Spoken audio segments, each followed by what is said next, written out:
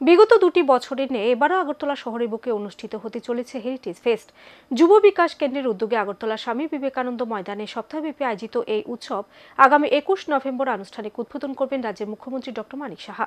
উৎসবে স্বাগতিক ত্রিপুরা সহ দেশের বিভিন্ন রাজ্য থেকে প্রায় 400 জন যুব প্রতিনিধি অংশগ্রহণ করবে। আগরতলা প্রেস ক্লাবে আয়োজিত এক সাংবাদিক সম্মেলনে কথা জানান যুব বিকাশ কেন্দ্রের সভাপতি দেবাশিস মজুমদার। যুব সমাজের প্রতিভাকে সামনে তুলে ধরার লক্ষ্যমাত্রাকে সামনে রেখে 2022 সাল থেকে রাজ্যে শুরু হয় হেরিটেজ ফেস্ট। যুব বিকাশ কেন্দ্রের উদ্যোগে আয়োজিত এই উৎসব তৃতীয়বারের মতো এবারও অনুষ্ঠিত হতে চলেছে। আগরতলা স্বামী বিবেকানন্দ ময়দানে আগামী 21 নভেম্বর থেকে শুরু হবে এই উৎসব, চলবে 27 নভেম্বর পর্যন্ত। 21 নভেম্বর রাজ্যের মুখ্যমন্ত্রী ডক্টর মানিক সাহার হাত ধরে আনুষ্ঠানিকভাবে সূচনা হবে তৃতীয়বারের মতো আয়োজিত এই উৎসবের। উদ্বোধনী অনুষ্ঠানে উদ্বোধক মুখ্যমন্ত্রী ছাড়া উপস্থিত থাকবেন রাজ্য সরকার যুব বিষয়ক ও ক্রীড়া দপ্তরের মন্ত্রী টিঙ্কু রায়, আগরতলা পুর নিগমের মেয়র দীপক মজুমদার সহ বিশিষ্টজনেরা। মঙ্গলবার আগরতলা প্রেস ক্লাবে এক সাংবাদিক সম্মেলনে কথা জানান যুব বিকাশ কেন্দ্রের সভাপতি দেবাশিস মজুমদার। সাংবাদিক সম্মেলনে তিনি আরও জানান, সপ্তাহব্যাপী আয়োজিত এই উৎসবে দেশের 26টি রাজ্য থেকে বিভিন্ন কলেজ ও শিক্ষা প্রতিষ্ঠানে প্রায় 400 শতাধিক প্রতিনিধি উৎসবে অংশগ্রহণ করবে। আগামীকাল থেকে বহিরাজ্যের প্রতিনিধিরা রাজ্যে আসতে শুরু করবে। উৎসবকে সফল করে তুলতে রাজ্য সরকারের বিভিন্ন দপ্তর প্রয়োজনীয় সহায়তার হাত বাড়িয়ে দিয়েছে।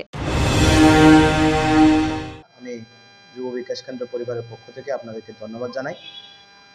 আপনারা জানেন যে রাজ্যের যে কোনো সময় যে কোনো আপদা হোক আর আনন্দের সময়ে হোক, যুব বিকাশ কেন্দ্র সবসময় রাজ্যবাসীকে একটা নতুন দিশা দেখাতে চেষ্টা করে।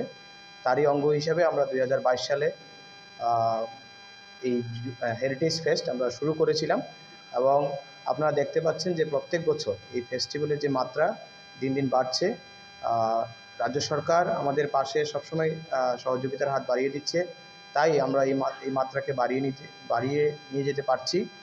এবং এবছরের যে মূল অনুষ্ঠান, আমরা আগামী 21 তারিখ থেকে আমাদের এই ফেস্টিভ্যাল শুরু করছি। আগামী 21 তারিখ থেকে 27শে নভেম্বর অবধি আমাদের এই অনুষ্ঠান চলবে আগরতলার স্বামী বিবেকানন্দ ময়দানে। এবছর আমাদের ছাত্রছাত্রীরা মূলত 26টি রাজ্য থেকে বিভিন্ন ইউনিভার্সিটি, কলেজ এবং বিভিন্ন রাজ্য সরকারের স্পন্সারে ওরা এখানে আসছেন। আপনারা জানেন তাদেরকে আমরা কোনো ধরনের ভাড়া বা কোনো ধরনের যে আর্টিস্টদের যে ফিস দিতে হয় এগুলো আমরা দিতে পারি না, কারণ আমাদের এটা একটা সামাজিক সংগঠন। আমাদের বিভিন্ন ছোট বাজেটের মধ্যে আমরা যে অনুষ্ঠানটা করি, তারা তাদের নিজস্ব ব্যবস্থাপনায় আমাদের মাঝে আসেন এবং এজন্য আমরা তাদেরকে ধন্যবাদও জানাই যে তারা নিজেদের উদ্যোগে আসেন। তো এবছর 26টি রাজ্য থেকে আসবেন এবং প্রায় 4-5টি কান্ট্রি থেকে আসবেন, যেগুলো আজকে সন্ধ্যার মধ্যে আমরা টিকিট কনফার্ম করব তাদের।